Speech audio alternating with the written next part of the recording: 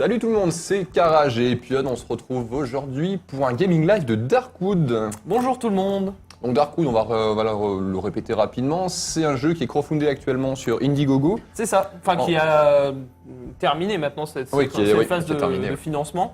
Il a récolté 57 000 $ à peu près, donc l'objectif initial était autour de 40 000, 45 000. Donc voilà, Easy, réussite on va dire en douceur et il débarque désormais sur PC. Il a débarqué pour être précis le 24 juillet sur Steam, il est sur d'autres plateformes également.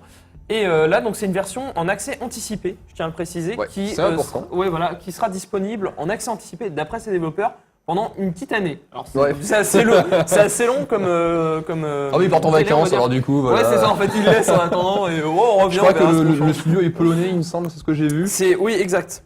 C'est Acid Wizard Studio. Ouais, Acid Wizard, ça ferait un très bon nom pour un groupe de doom metal. Ça. Oui, c'est vrai que ça fait très nom de métal. Ouais.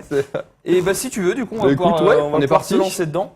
Donc du coup, je vous fais un petit GL preview pour vous montrer le principe du jeu. Alors voilà, vous pouvez le voir, donc c'est un jeu de survie. Ça se voit à l'ambiance. Hein. C'est un peu sombre, vaguement. Hein. Très très sombre. Et pourtant là, c'est le jour. Alors, c'est le jour comme à Silent Hill, quoi. Voilà, c'est exactement. Tu le précises, tu fais très bien d'évoquer cette référence parce que je pense exactement à ça au moment où tu le disais. Et donc oui, je disais, là on est de jour. Il faut savoir qu'il y a des séquences de jour et de nuit. Et en gros, de nuit, le principe, ça va être, on se carapate dans sa maison et on prie, on croise les doigts très très fort. Pour ne pas se faire défoncer. Voilà, donc ça, à peu de choses près, c'est ça. Et je vois que mon générateur est KO et je n'ai rien pour le régénérer. Tant pis. C'est pas grave, on passera la nuit dans la nuit noire. Ça va être sympa. Ça va être très très sympa, on va bien s'amuser. Et donc voilà, je disais, c'est un jeu de survie, alors qu'il y a pas mal de principes classiques du jeu de survie. Il y en a un qui n'est pas classique, donc je vais l'évoquer tout de suite. Je vais montrer d'ailleurs via la map. C'est qu'il y a une map générée aléatoirement. Alors il y a des points clés qu'on va retrouver... qui sont pas forcément aux mêmes endroits. Je tiens à le préciser, les points clés, ils peuvent vraiment changer selon les moments. Mais il y a toute une partie de la map qui est générée aléatoirement. Et les points clés, c'est quoi? C'est des ressources à aller Non, ça va être des endroits clés en fait, parce que le jeu est un jeu solo. Ouais. Et du coup, tu as un scénario. Après il y a des jeux multi qui ont un scénario, mais je veux dire, là il y a un scénario vraiment plus travaillé que par exemple, tu vois, dans Daisy. Daisy, c'est pas du tout le cas, où le scénario, c'est le joueur qui se le fait quelque part. Là, en l'occurrence, il y a un vrai scénario, une ambiance de fond.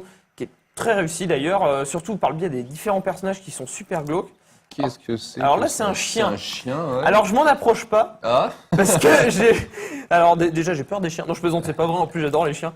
Mais en vrai. Mais je vais pas m'en approcher. Je vais vous expliquer pourquoi. C'est qu'on a un système de compétences dans le jeu qui est disponible en fonction de... Tiens, je vais le montrer maintenant. Ça va être plus simple. Hop, plutôt que de tourner en rond, je vais revenir dans ma maison. Et moi, je suis un fou, je saute par les fenêtres. Par-dessus tu rentres par les fenêtres et tout. Voilà, c'est parti. Trop d'Assassin's Creed, mon petit Karaj. Exactement. J'y joue trop. Alors là, tu vois, il faut cuisiner en fait des champignons. Alors là, je n'en ai plus, mais une fois que tu en cuisines un, tu récupères une partie de la dose. Et quand elle est à fond, tu peux utiliser cette dose donc, pour récupérer une compétence. Quelle image pour la jeunesse. T'as vu un peu? Piquez-vous, vous serez plus fort. C'est super. Piquez-vous avec des champignons en plus, tu vois. En plus, les mecs ils se sont dit, on va bien faire le truc. Et du coup, par exemple, là, il faut savoir qu'à chaque fois qu'on meurt, ça réinitialise nos compétences à 0 et il faut retrouver donc des champignons pour récupérer une dose. Et alors un petit côté roguelike quoi du coup. Voilà. Ça plus la carte générée aléatoirement. Voilà, c'est deux aspects qu'on peut retrouver qui sont assez intéressants. Moi j'ai trouvé plutôt pas mal. Surtout, à côté de ça, le jeu est pas trop punitif quand tu meurs. À part tes points de compétence, du coup, tu perds rien. Voilà, à part les points de compétence, tu perds rien. Donc là, je vais remettre J'aime beaucoup le design des arbres. T'as l'impression de voir ces taches d'encre là. Oui. Quand tu vas chez le psy, qu'est-ce que vous voyez là? Tu te sens très mal. Ouais, comment ça s'appelle le test de Rorschach. Ouais, voilà, c'est ça. C'est ça. Ça faisait penser à ça aussi. Alors là, on peut voir qu'est-ce qui se passe. Ah, il se met à pleuvoir, tiens. Alors là, c'est assez drôle parce que c'est la première fois que ça m'arrive. Donc c'est une découverte en gel. J'avais pas encore eu. Découverte avant-première. Voilà, mais il faut savoir que le jeu, en fonction des jours, évolue pas mal. On a donc des nouveautés qui apparaissent, des nouveaux monstres aussi qui sont arrivés. Alors pour le moment, j'ai vu des monstres de nuit qui ne te repèrent pas. Alors ce qu'on va faire, c'est qu'on va aller se balader un peu vers le sud. Est-ce qu'on va avoir des monstres qui vont apparaître spécifiquement à cause de la pluie? En tout cas, les bruitages ne sont pas super rassurants. Hein. Ouais, alors gros point fort du jeu, d'ailleurs, la bande son. Elle est vraiment flippante. Et ce que j'aime, c'est qu'ils n'ont pas fait le truc facile du jumpscare, genre un truc apparaît, on te met un son strident atroce qui te fait flipper encore plus que. Qui te fait saigner les tympans voilà, pendant 2 jours après. Ouais. Ils n'ont pas du tout fait ça. Alors en tout cas moi sur les moments. Oh. J'ai vu un monstre. Ouais. Là tu vois c'est l'orage qu'on a entendu par exemple. mais c'est un hasard qu'il soit tombé en même temps parce que la plupart du temps, tu te balades et d'un coup tu tombes sur un monstre et t'as eu aucun bruit et c'est encore plus flippant, je trouve. Donc c'est vraiment très réussi de ce côté-là, ils ont pas abusé. Alors que là, j'ai découvert un endroit. Non, j'y suis déjà allé, c'est la Dame au poulet. Bah tiens, ça va être l'occasion. La Dame au poulet. La Dame au poulet, ouais, de vous montrer. Il y a des personnages dans le jeu. Chicken Lady, ok, ouais. Avec lesquels vous pouvez discuter. Et par exemple, vous pouvez leur montrer des objets. Et en gros, on avance dans le scénario par ce principe-là. Là, par exemple, j'ai récupéré cet objet sur une personne. Alors, je vais pas lui parler pour pas vous montrer la suite, mais elle va me dire ah cet objet je connais, nana. Tu devrais aller là. Il y a un monstre qui me poursuit. Et là, on entend son violon parce qu'il y a un mec flippant qui joue au violon là-bas en fait. Ah ouais. Il joue au violon et on va passer parce qu'il y a le monstre qui me poursuit. Ah ouais non, en plus le personnage est juste atroce. Je vous montre pas sa tronche parce que là vraiment il y a l'autre qui va essayer de me courser. Donc je vais essayer de revenir à mon abri initial. Oh mon dieu. Oh là là, il y en a partout. Alors visiblement pendant la nuit, pendant la pluie, ça les fait sortir. Ouais, j'ai l'impression que ça les fait sortir parce que j'en avais pas vu autant. Ils sortent prendre leur douche. On dirait que c'est bon. Et tu passes ton temps à te retourner comme ça, voilà. Donc ça c'est ce que j'apprécie, c'est cette ambiance bien flippante. Je tiens à préciser aussi, donc parmi les choses intéressantes à signaler, le jeu est plutôt stable pour une version en accès anticipé. Ça c'est très appréciable. Alors attends, il y a un truc dans le coin. Accès anticipé pendant 1 an hein, en plus. Ouais, mais le jeu est vraiment stable. Il faut savoir qu'ils ont, alors un truc qui m'a bien plu aussi, ils ont fait 3 mises à jour en l'espace de 2 semaines.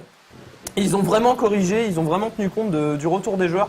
Notamment le fait que la difficulté n'était pas assez progressive. Ça démarrait de manière vraiment, c'était vraiment trop compliqué au tout début du jeu. Et petit à petit, on s'y habituait. Du coup, ils ont rendu un tout petit peu plus facile le début pour que ce soit plus progressif. Bon, ça reste correct, mais voilà, je tenais à le préciser. Quand tu dis trop compliqué, c'est que tu te faisais buter trop vite par. Ouais, voilà, on crevait trop vite, c'était vraiment trop chaud. Donc ils se sont dit, on va un tout petit peu réduire la difficulté au début pour que ce soit progressif. Encore une fois, c'est pas non plus scandaleux. Hein. Je vous rassure, si vous allez chercher un peu de difficulté, vous en aurez. Le jeu est pas extrêmement compliqué, mais il y a certains moments où on peut vite se faire défoncer si on ne prend pas garde à améliorer nos armes. Il y a du craft, donc c'est ce que je voulais montrer à l'instant. Possibilité de fabriquer, alors là, il y a du molotov, des bandages, on peut fabriquer des armes également. On peut fabriquer des planches aussi, parce que comme tu peux voir, quand on est... alors là, la nuit va bientôt tomber, j'ai l'impression que c'est un peu plus sombre. Ouais, j'ai l'impression aussi, ouais. C'est un peu plus sombre, et tu vois, par exemple, on a des fenêtres, et les monstres peuvent passer. Ouais, donc il faut barricader les fenêtres. Donc il faut les barricader. Encore une fois, moi je me suis fait tout défoncer lors de l'attaque précédente. C'est un peu journée porte ouverte. Là. Ouais, voilà, et j'étais short en ressources. Alors sinon, ce que tu peux utiliser comme technique, tu peux pousser des objets. Alors là, tu vois, par exemple, j'ai une espèce d'armoire là-bas. Ouais. Qui est entouré par. Voilà, qui est entouré par un truc visqueux qui est apparu au 4e ou au 5e jour. Et du coup, si je vais dessus, ça me fait mal, donc j'y vais pas parce que j'ai plus beaucoup de vie. Et cette armoire, je pouvais la bouger là pour bloquer ou je peux la mettre devant une fenêtre. Il faut savoir que les monstres bougent quand même les armoires. Ouais. Donc ça t'aide pas non plus des masses, mais bon, voilà. Ça l'IA est assez intelligente, tu dirais ? Ouais, ça peut aller. Après, ça dépend des monstres. Il y en a quelques-uns en fait qui sont très très bêtes, mais puissants. Ouais. C'est ceux qui sont dans le noir, en fait, ils te repèrent pas facilement. Par contre, dès qu'ils sont à côté de toi, ils te font très mal. Pas mal, ouais. Et par contre, ceux qui sont vraiment pas puissants du tout, ce sont les monstres qui sont attirés par la luminosité. La lumière d'ailleurs, je peux dire, pas besoin de parler de luminosité, puisque t'as un générateur qui est à l'extérieur de la maison, à l'endroit où je pointe mon curseur. Ouais. Vous voyez peut-être pas très bien parce que c'est sombre, mais je pense que vous voyez quand même un tout petit peu. J'ai mis le jeu au plus clair possible pour que vous voyez un peu mieux. Et il y a un générateur et une fois que tu l'as alimenté et que tu peux remettre la lumière dans la maison, déjà tu te sens mieux déjà, et ça attire quelques monstres mais les moins forts. Donc pour peu que tu aies une hache, tu peux les dézinguer. Mais tout à l'heure, donc tu disais qu'il était possible de barricader, foutre des planches sur les fenêtres, etc. Ouais. Les planches, du coup, tu fais quoi ? Tu vas en mode bûcheron, on les craft un arbre Alors, en fait, tu récupères des matériaux, donc il y a du bois. Tu peux aussi défoncer des arbres qui sont déjà tombés, en fait, et tu vas les couper et récupérer du bois. Je tiens aussi à montrer, tu peux avoir un système de piège. Alors, attends, non, c'est pas là. J'ai dû le stocker là-dedans. J'avais de la viande quelque part. Ah non, j'ai dû le stocker en bas. C'est sur le truc qui est au milieu. Oups, bon c'est pas grave, j'avais de la viande et en fait il y a un système où tu peux mettre un piège. Alors moi ce que j'avais fait c'est que j'avais foutu la viande à un endroit, j'avais mis un piège dessus et ça avait attiré tous les ennemis. Ça a attiré d'ailleurs tous les ennemis, alors je crois que je l'avais fait à cet endroit-là. Et du coup ils étaient venus là, il y a un chien qui commence à bouffer, les autres ont commencé à se friter avec le chien a bouffé les ennemis, bon voilà. Ça m'a facilité la tâche, surtout que j'avais la compétence qui permettait notamment aux animaux de ne pas me défoncer. Donc voilà, donc du coup là vu que la nuit va tomber, je ne bouge pas, je suis désolé, c'est vrai que je bouge pas beaucoup, mais comme la nuit va tomber, il n'y a pas le choix, il faut attendre à l'abri. Et je tiens à montrer un autre mécanisme qui est essentiel, il faut retourner à votre abri la nuit pour une raison toute simple, c'est que vous avez un puits à côté. Il n'est disponible qu'à cet endroit. Et le puits, en fait, il faut boire dedans pour à la tombée de la nuit. En fait, c'est juste avant que les monstres arrivent. Donc là, il fait nuit, mais pour recharger un petit peu en santé. Voilà, et ça recharge en santé. Est-ce que c'est la petite barre bleue qui a à gauche là-haut? Non, c'est la barre de vie, la barre rouge en fait. Et ça, c'est et la bleue en dessous, c'est quoi? Et la bleue, c'est, je ne sais pas. J'ai pas encore vu en fait. Je te dis, là, je suis en mode, ah tiens, regarde. Donc ça, c'est parti. Hop, voilà. Là, tu vois, j'ai régénéré ma vie, j'ai bu dans le puits. Et maintenant, il va falloir se planquer. Alors, je cherche le meilleur coin. Oh mon Dieu. Oh mon Dieu, oh mon Dieu. Est-ce que pour la fin, tu ne tenterais pas une petite envolée sauvage à travers les bois? Ouais, je vais crever, hein, c'est sûr. Hein. Je préviens. Bon, allez. Est-ce qu'on le tente? Bon, je tiens à préciser quand même que la nuit, l'ambiance est encore plus flippante parce que tu entends vraiment tous les monstres. Et voilà. Bon, écoute, allez, c'est bon. C'est vrai que pour le coup, il fait franchement sombre. Il fait franchement très très sombre. Et je peux te dire que la nuit, t'es pas rassuré. Surtout du fait que la bande sonore est bien flippante. La bande son est bien flippante. Et je me suis senti... Alors attends, non, hop, voilà. Je me tombe pas en sélectionnant.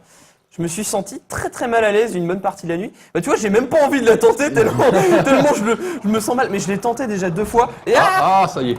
Ah purée, en plus c'est le monstre super fort ça. Ils sont plusieurs. Alors ça c'est les monstres. Carrage, cours. C'est les monstres qui sont les plus forts du jeu. Et il faut savoir qu'on les voit encore plus quand on va dans les parties éloignées de la carte.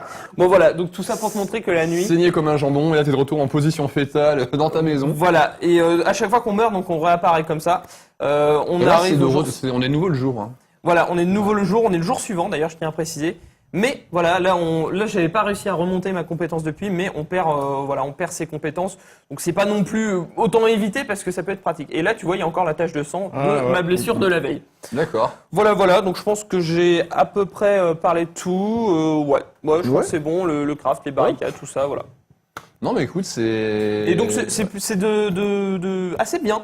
J'ai parti sur une autre phrase complètement différente, mais non. C'est ridicule, mais ça m'a fait penser au vieux Jurassic Park qui existait sur NES à l'époque et qui me faisait flipper à peu près pareil parce que t'avais une vue dessus, t'avais des vélociraptors qui te tombaient. Ouais, peut-être aussi. Peut-être ça. Mais j'osais pas partir plus loin que le point de départ parce qu'il y avait des raptors qui tombaient sur le coin de la figure. Enfin, c'est pas super pertinent ce que je raconte là. Non, mais c'est très très intéressant.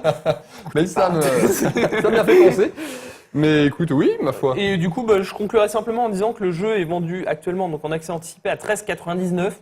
Donc à vous de voir si il vaut, si vraiment vous le voulez. Moi, je trouve que c'est pour le genre, il est vraiment chouette. Il est de qualité. En plus, il n'y a pas de bug majeur. Hein, je tiens à le signaler. Comparé à un Daisy qui vaut, je sais plus, 23 € et qui est bourré de bugs, c'est une catastrophe. Là, il n'y a pas de gros bugs. Hein. Ils ont déjà fixé la plupart des gros bugs. Le jeu est plus simple dans sa conception aussi. Oui, le jeu est plus simple, ça c'est sûr. Mais il n'y a pas de gros défauts et l'ambiance est vraiment très très bonne. Et je pense que le scénario peut promettre parce que là où je suis rendu, moi je suis très intrigué. J'ai vu des personnages. On en a pas trop parlé pour pas spoiler. Ouais, mais voilà. C'était volontaire. C'était volontaire, mais vraiment ça fait partie des points forts du jeu. Dernier point, j'ai oublié d'en parler, je l'évoque rapidement. Vous pouvez aussi faire du troc parce que vous croisez quelques personnages dans le jeu et tous les objets ont une valeur et on peut troquer en fonction de la valeur des objets. D'accord. Donc voilà, pareil pour récupérer des ressources, des armes. On peut se débrouiller comme ça. Et j'ai même réussi une fois à retrouver un objet que j'ai échangé à un personnage, un objet qui n'avait rien à voir a priori avec les objets classiques du jeu. Et je l'ai échangé. Il m'a fait tiens, j'en voulais absolument un. Bon allez si tu veux, je te file un flingue. Voilà quoi. En échange. Et du coup j'ai récupéré un flingue mais c'était dans la première partie, donc là je l'avais pas sur celle-là.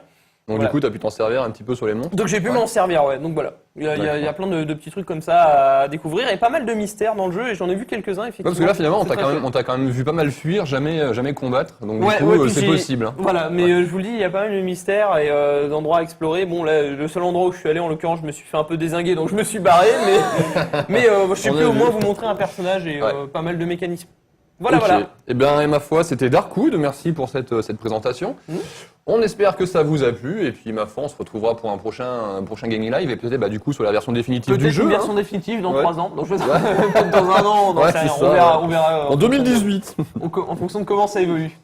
Allez, écoutez, merci d'avoir regardé le gaming live. Et puis, à bientôt. Ciao tout le monde. Salut.